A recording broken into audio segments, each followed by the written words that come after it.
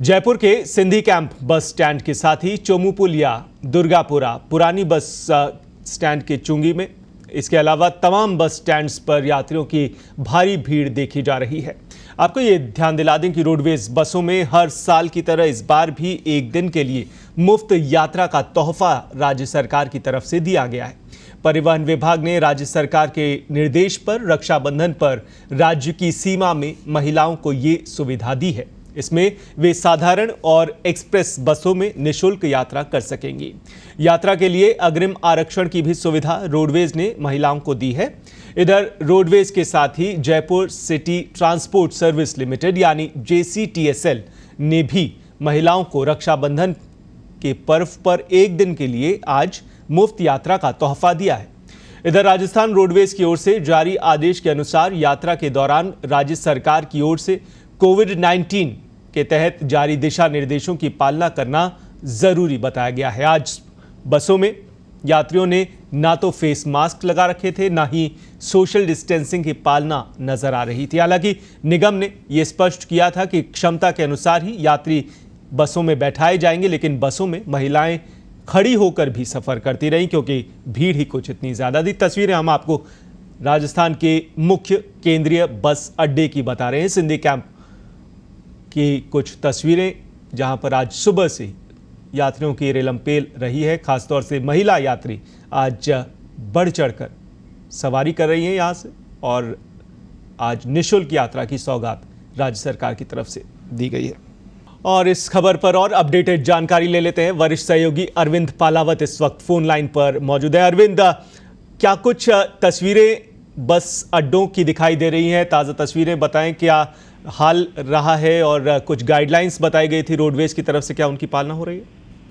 जी बिल्कुल, देखिए हर साल राजस्थान सरकार एक तोहफा देती है यहाँ पर महिलाओं को रक्षाबंधन और महिला दिवस के दिन, जहाँ पर महिलाओं को जो फ्री सफर है वो यहाँ पर रोडवेज बसों में करने के लिए मिलता है। और आज रक्षाबंधन है, ऐसे में करीब 15 दिन पहले ही इस संबंध में आदेश जारी कर दिए गए थे। साथ ही एक गाइडलाइन भी यहाँ पर जारी की गई थी और उस गाइडलाइन में कहा गया था कि जो बस में सवारियों की संख्या है वो क्षमता से अधिक नहीं होगी। यानी यदि 45 सीटर बस है तो 45 से ज्यादा जो सवारियां हैं वो नहीं होंगी, लेकिन बसों में बड़ी संख्या में जो महिलाएं हैं वो यहाँ जाती हुई दिखाई दे रही हैं और बड़ी संख्या में महिलाएं हैं वो खड़ी भी इस वक्त बसों में दिखाई दे रही है। ये नजारा जो है ये केवल सिंधी कैंप बस स्टैंड का ही नहीं है, बल्कि इसके अलावा चोमुपुलिया की बात करें, दुर्गापुरा की बात करें, पुरानी चुंगी नाका की यदि बात करें, या और भी तमाम जो बस स्टैंड हैं जहां पर जो बसें हैं वो अलग अलग रूट के लिए निकलती है। सिंधी कैंप के बाद में सीधा उस बस स्टैंड पर पहुंचती है, उसके बाद में अपने गंतव्य तक जाती है, तो वहां पर भी इसी तरह के हालात है। और कई जगह पर ऐसी स्थिति भी है कि जो महिला यात्री है उनको बसें ही नहीं मिल रही है, जबकि रोडवेज की ओर से ये स्पष्ट कहा गया था कि अतिरिक्त बसों की व्यवस्था है वो यहाँ पर की जाएगी। और अभी तक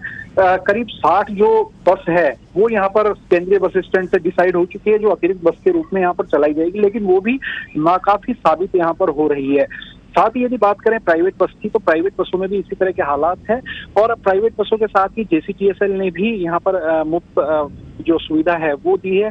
तो JCTSL की बसों में भी काफी संख्या में जो महिलाएं हैं वो सफर कर रही हैं। और कोविड गाइडलाइन की भी बात करें, क्योंकि कोविड गाइडलाइन की भी प्रोटोकॉल का ध्यान रखने की बात यहाँ पर कही गई थी, तो वो भी किसी तरह का कोविड प्रोटोकॉल जो है उसकी पालना नहीं हो रही, क्योंकि देखिए सोशल डिस्टेंसिंग जो है वो काफी इंपॉर्टेंट चीज है, लेकिन सोशल डिस्टेंसिंग नहीं हो रही है। साथ ही कोरोना के मामले लगातार बढ़ते जा रहे हैं, तो कहीं ना कहीं एक चिंता भी यहाँ पर साबित हो सकती है, क्योंकि जिस तरह से रोडवेज ने अपने इंतजाम किए थे वो यहाँ पर नाकाफी साबित होते हुए दिखाई दे रहे हैं। और ये हर साल ही ये जो तस्वीरें हैं वो होती है, क्योंकि देखिए 2 साल के बाद कोरोना का जो पैंडेमिक पीरियड था उसके 2 साल के बाद में राखी का आज जो बड़ा त्योहार है वो यहाँ पर है, क्योंकि इससे पहले जब 2 साल के जो त्योहार थे वहां पर कहीं ना कहीं लोगों के मन में ये टीस थी कि वो राखी या कोई भी जो फेस्टिवल था उसको ढंग से सेलिब्रेट वो नहीं कर पाए थे। ऐसे में जो बहनें हैं वो अपने भाई के घर जा रही हैं, साथ ही कुछ परिवार जो है वो एक जगह से दूसरी जगह पर जा रहे हैं। इसी कारण ट्रेन हो, बस हो, सभी जगह पर काफी भीड़ भाड़ जो है वो देखी जा रही है। लेकिन रोडवेज को ये चाहिए था कि करीब 100 से ज्यादा जो अतिरिक्त बसें हैं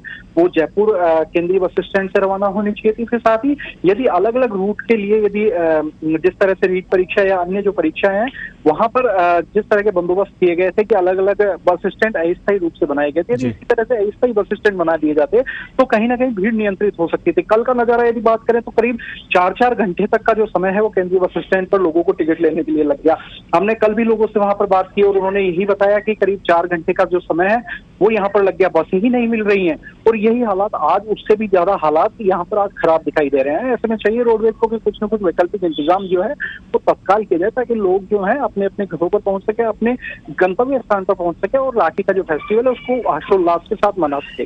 जी जी बिल्कुल, इंतज़ामात नाकाफ़ी लग रहे हैं। जिस बड़ी संख्या में महिलाएं बहनें अपने गंतव्य की ओर जा रही हैं, उन्हें काफ़ी परेशानियों का सामना करना पड़ रहा है। बसें इतनी ज़्यादा संख्या में नहीं हैं जितनी आवश्यकता है। चलिए, शुक्रिया फ़िलहाल के लिए।